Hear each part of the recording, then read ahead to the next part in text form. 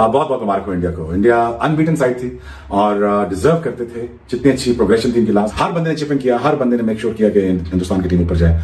तरीका निकालो किसी तरीके से 15 तारीख वाला मैच कैंसिल हो, 15 वाला मैच कैंसिल करवाओ, कुछ जुगाड़ मारो, कुछ करो। जीरो है हम, जीरो। हम हमारे 2% का सिस्टम नहीं है इंडिया के आगे। वो कहां से कहां चले गए हैं। T20 की टीम देखो क्या बना के बैठ गए हैं। हमारी ये टीम तो उनके T20 की टीम से मुकाबला नहीं कर सकती।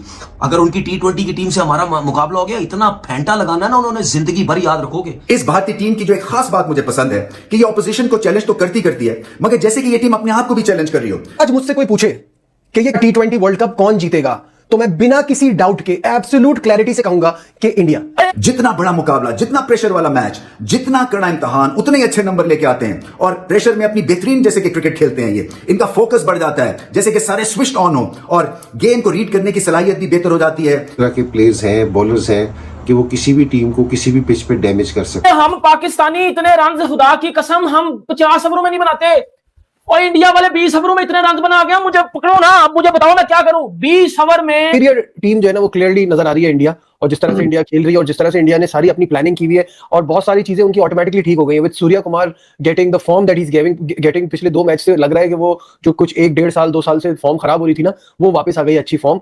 भाई इंडिया आके खेलना है ना, तो फिर इस तरीके से क्रिकेट नहीं चलेगी। या ये समझ रही है कि इंडिया की टीम जो है वो बच्चा टीम है, बड़े बड़े नाम नहीं है, इनको आराम से पकड़ लेंगे। हार्दिक पांड्या की बात की, हार्दिक कितना एक कैप्टन के लिए कितनी सुकून हो जाता है, कितना सरदर्द कम हो जाता है कि हम ऐसे ऑलराउंडर्स हैं हमारे पास जो पूरे बॉलर्स हैं और पूरे बैटर्स हैं। फायदा सारी बात है, बहुत टीम बनाना भी इजी हो जाता है ना। और ऊपर से अगर इंडिया की बात जैसे हो रही है, इंडिया के पास 3 जेन्युइन ऑलराउंडर्स हैं, 3 जेन्युइन ऑलराउंडर्स। इंडिया ने खा भी जाना है, ठीक है। उस्मान तारिक को, अगर उस्मान तारिक पांड्या के सामने आ गया, ठीक है। ऑब्वियसली यार हार्दिक क्यों करता है इस तरह की? ऐसे ही मैं लाइक नहीं करता इस प्लेयर को, कुछ तो बात है यार तुम्हारी तरह ये भी चिरांगी तो है मार गया। टीम है ये, क्या कहूं मैं इनके बारे में।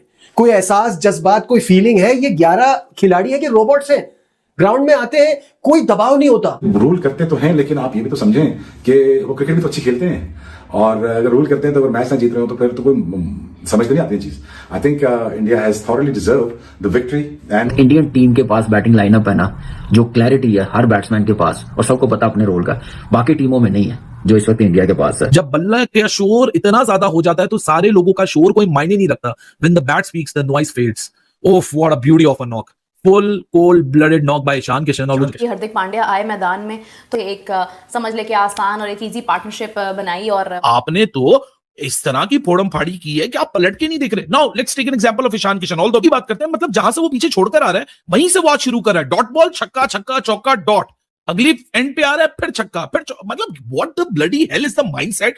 मैं तो भाई कॉम्प्लेक्स का शिकार हो गया हूं, and I have absolutely no shame in accepting this. This is an absolute kind of madness. जब ये सब कनेक्ट होता है और सब एक पेज पे आ जाते हैं तो इतना शानदार पूरा बनता है कि ऑपोजिशन के पास इसका तोड़ नहीं होता। आजकल की टीम में आपको कम नहीं है, आजकल की दुनिया की क्रिकेट में आपको बहुत कम नजर आएंगे जेन्युइन ऑलराउंडर्स की बात कर रहा हूँ। बॉलिंग बैट्समैन और उसकी बैटर की बात नहीं कर रहा। देखिए फायदा बहुत है, टीम कॉम्बिनेशन इजीली बन जाता है, कप्तान के लिए डिसीजन लेना इजी हो जाता है और उनका इंपैक्ट बहुत ज्यादा होता है जो ऑलराउंडर्स होते हैं। फिर भी आगा जी 15 वाला मैच जीत जाना, अपने भाई बांग्लादेश का बदला लेना है और इनको हराना भी, और साथ ही साथ जैसा कहते हैं ना, फाइनल भी इंडिया से लंका में लेके जाना है। लेकिन जो हालात लग रहे हैं, मतलब जीरो है हम, जीरो।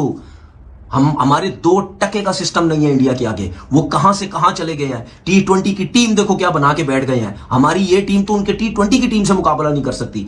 अगर उनकी T20 की टीम से हमारा मुकाबला हो गया, इतना फेंटा लगाना ना उन्होंने, जिंदगी भर याद रखोगे। जितनी दफा खेलोगे उतनी दफा फेंटा लगेगा।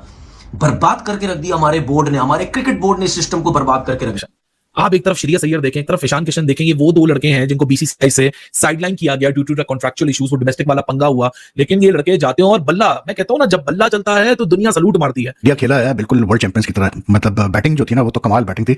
और ऑब्वियसली बात है इंडियन क्रिकेट फैंस के लिए सबसे अच्छी खबर यह है कि सूर्या कुमार यादव फाइनली उन्होंने मतलब अपना जो उनकी वर्थ है, जो उनकी एबिलिटी है, वो उन्होंने शो की। हालांकि ये सारे लड़के बहुत फिट हैं और बड़े अच्छे फील्डर हैं। मेरा नहीं ख्याल कोई हल्का फील्डर है, लेकिन मैच में अगर हो रहा है तो अनफॉर्चुनेटली ये क्यों हो रहा है, समझ से बाहर है। क्योंकि हालांकि फिट भी है लड़के, इतनी मेहनत भी कर। आपको गेम समझ में आता है ना, तो वो जो 99 टू 2009 2010 की वनडे में ऑस्ट्रेलिया टीम थी, उसको आप सिर्फ कंपेयर कर सकते हैं आज की T20 की इस इंडियन टीम से। कोई नहीं रुकता, हर बॉल दे मार 4.5, हर दूसरी तीसरी बॉल बाउंड्री के बाद। अगर कि किसी इंटरनेशनल टीम का किसी क्लब लेवल की टीम के साथ मैच पड़ गया और यहाँ पे ये बहुत गंदे फंस गए। कुटाई हमने भी देखी है कि होती है टीमों की, लेकिन ये तो दुआ कर रहे हैं कि भाई किसी तरीके से ये जल्दी इससे खत्म हो जाए। इन्होंने तो हमारे पूरे कॉन्फिडेंस का सत्यानाश करके रख दिया वर्ल्ड कप। अब देखो ना, अब देखो अपना यंग टैलेंट और आप उनका यंग टैलेंट देखो। आपका साइम अयूब घंटा परफॉर्मेंस है उसकी, आजम खान गेंडा उसकी घंटा परफॉर्मेंस है, शाहीन अफरीदी, नसीम इनकी घंटा परफॉर्मेंस है यार। ये 2 टके के प्लेयर ये क्या मुकाबला करेंगे भाई? ये आईपीएल का टैलेंट है ना कि वो आईपीएल में इतनी जबरदस्त क्रिकेट खेलते हैं कि वो इंटरनेशनल में किसी भी बादल को फेस करने से डरते नहीं है। ये आईपीएल का टैलेंट है। इंडिया की क्लास बिल्कुल डिफरेंट हो गई है। मेरा नहीं ख्याल कि ऑस्ट्रेलिया भी पकड़ पाए इन्हें, बहुत मुश्किल है इन इंडिया, बहुत मुश्किल है T20 क्रिकेट में। बाकी क्रिकेट में टेस्ट मैच में भी मुश्किल मुझे लगता है, वनडे में पकड़ सकते हैं, लेकिन T20 और टेस्ट मैचेस में इंडिया में ऑस्ट्रेलिया के लिए भी मैं समझता हूँ बड़ा मुश्किल है। क्या कहूं मैं इनके बारे में? कोई एहसास, जज्बात, कोई फीलिंग है? ये 11 खिलाड़ी है कि रोबोट्स हैं? ग्राउंड में आते हैं, कोई दबाव नहीं होता। मैं वही कह रहा हूं ना, लगता है जैसे कोई फीलिंग ही नहीं है। नहीं, कुछ भी नहीं। सब आते हैं एक के बाद एक और सामने वाले के छक्के छुड़ा देते हैं। किस किस से बचोगे?